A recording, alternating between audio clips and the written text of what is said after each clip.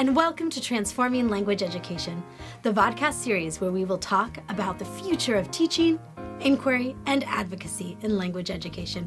I'm Jen Crawford. And I'm Rob Philback. Please like or subscribe if you want to join us in helping to transform language education.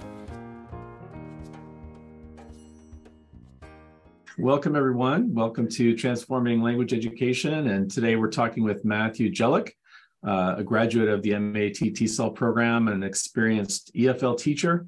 And in our previous episodes, we've touched on Matt's experiences and gifts really at delving into the culture and immersing himself in the culture and the language of the students that he's working with.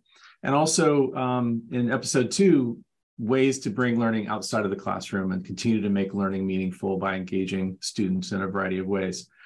So in this episode, we're going to talk about Matt's sort of journey as a writer and how he uses writing in his practice. And we're excited to hear about this. And I'm sure those listening who aspire to write or are already writing or want to write and integrate that into their own practice or professional work in some way, I think you'll have a lot to learn here. So welcome, Matt. So one of the things I'd love to just kick it off with is sort of, why do you write? What do you find about it that's enjoyable or helpful? Just why do you like to write as part of your practice? Oh, I will be honest. I did not start writing until I moved into an overseas context. Maybe because my experiences in the U.S. when I was, teaching and living here is everybody else's experiences. And I understand that living in these different countries provides me with unique opportunities.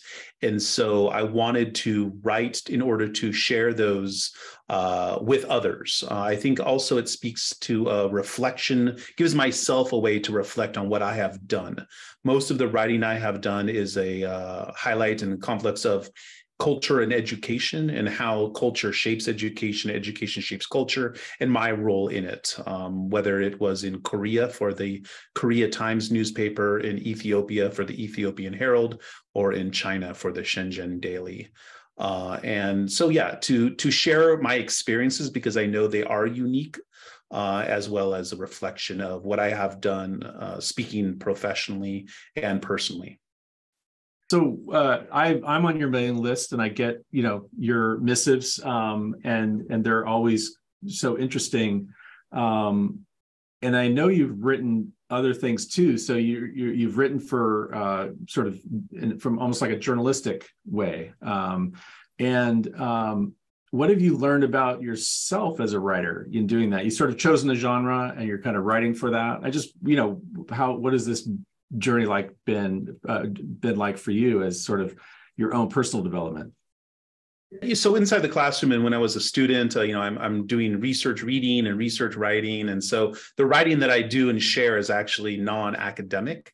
And for the most part, I have written a couple of academic journals, but it gives me an opportunity to kind of share with others. I think I'm writing towards when I first started writing in Korea, actually. I remember writing an article for the Korea Times about Roy Ho-jin, who is a Korean pitcher for the LA Dodgers. And I talked about the importance of cross-cultural partnerships, of Los Angeles being a community that welcomes diversity of Koreatown. And 13 years later, when I was writing for the Shenzhen Daily, I was writing articles about a medical school program I was running at the university. So over the course of the 13 years, they've certainly become more focused on education. At the beginning, I was just writing about more of culture. But in that arena about education, I am still incorporating culture. And one important thing that I started doing towards the end and as developing, writing is having my students write with me. So both undergraduate, freshman or sophomore English students, as well as doctors and PhD professors who I'm working with on the university campus, and giving them a voice and helping to frame that voice with my own involvement with the articles. But to speak real quickly about the writing process, I do write the long missives about, journeys even if I just take a vacation to Japan for a holiday. But looking at it from more of the kind of the educational cultural aspect is what I would have printed in the local newspapers.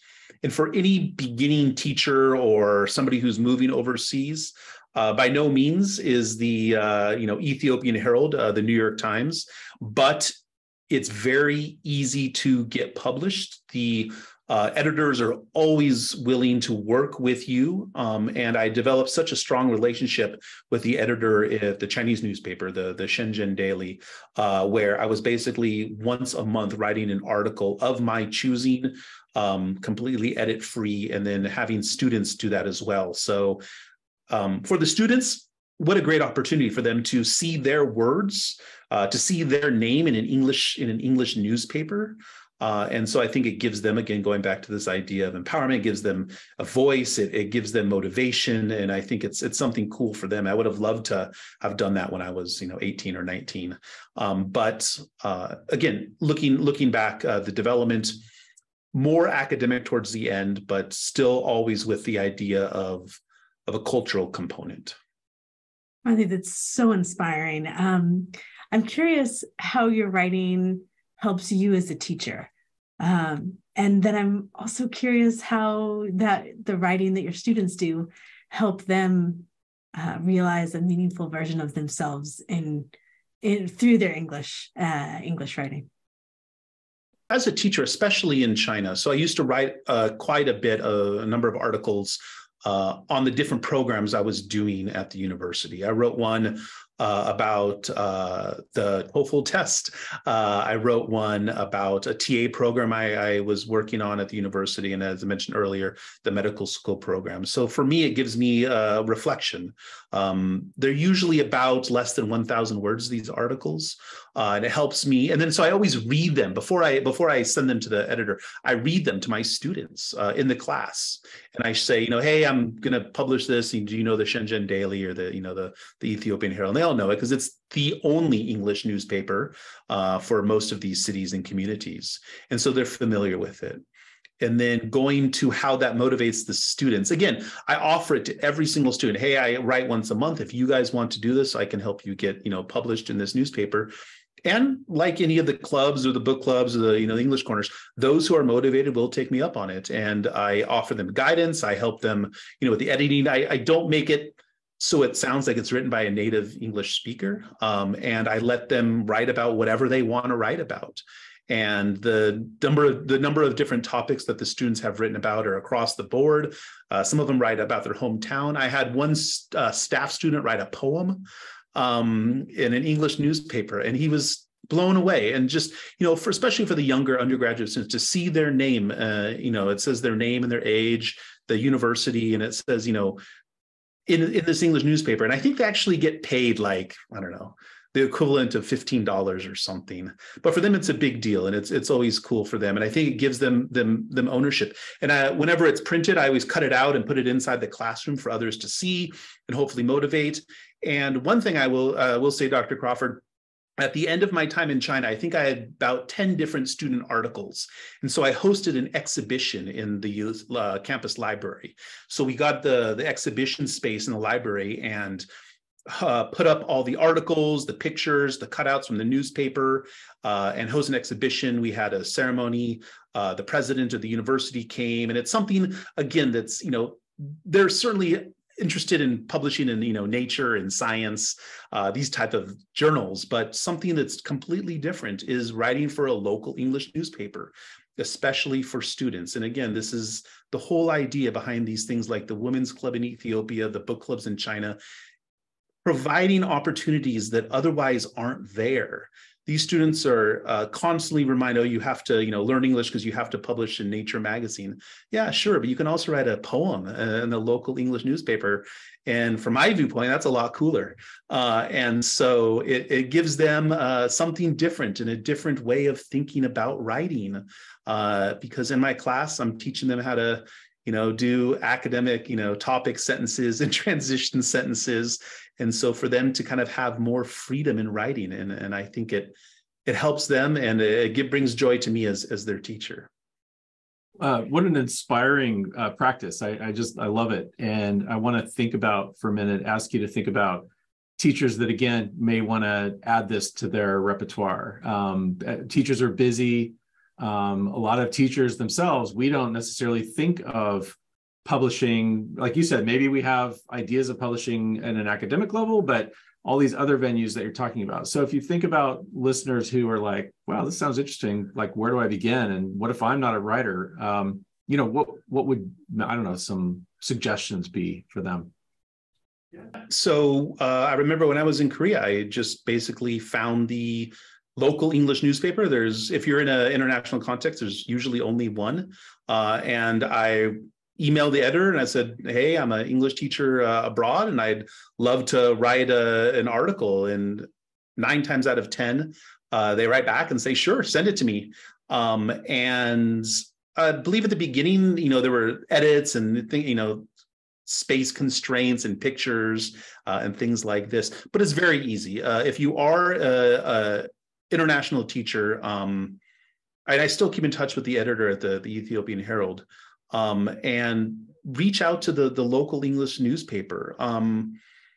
I did this for travel magazines in Korea. I would write about my different hikes and trips and things like this. It's not National Geographic and it's not the New York Times, but it's a great starting point.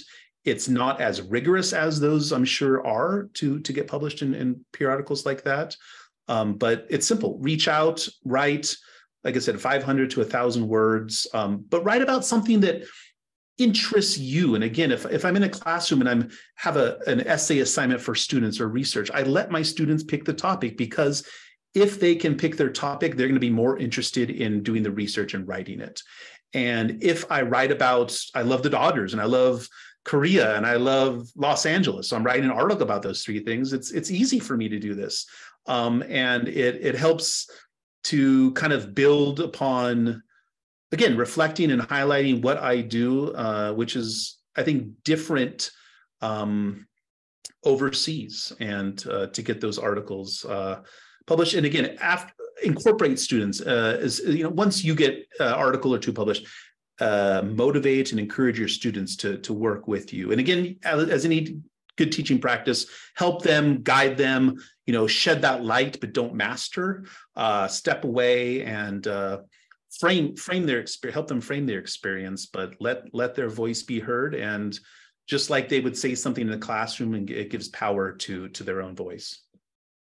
Matthew, it's so inspiring. And I love how, both for your own teaching practice and professional learning and growth as a human being in the world, citizen of the world, as well as for your students, this writing has become a practice of being and growing, reading the world and in the written word that you engage with your students. It's really inspiring. And I think I can imagine how much that must engage students and have them invested in them writing their own passion and experiences in English. So this is incredible. Thank you so much for sharing.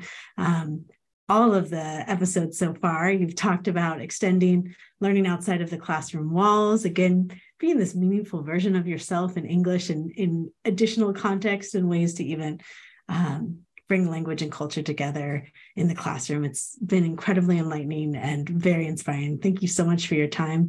And I'm Jen. Oh.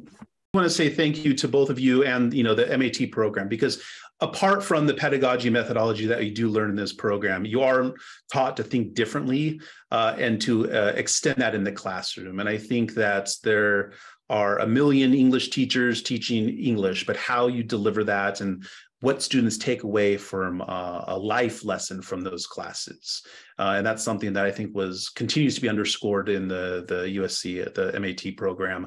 And so I'm thankful, and I still utilize a lot of those tools I learned back in Korea when I was doing the program online. So just using your strengths as an individual, transmitting those as a professional, as a teacher inside the classroom, and trying to draw those out from your students is what makes us all kind of this global community of learners. That's awesome. Thanks for those affirming words. We love to hear that. And that's really inspiring. And we're so glad you feel that way. And I echo Jen's comments. This has been very inspiring. Thank you for these 3 episodes. So thanks everyone for listening. We're Rob and Jen. This is Transforming Language Education. And yeah, thanks for watching. Thank you. Thank you, Matthew. Thanks.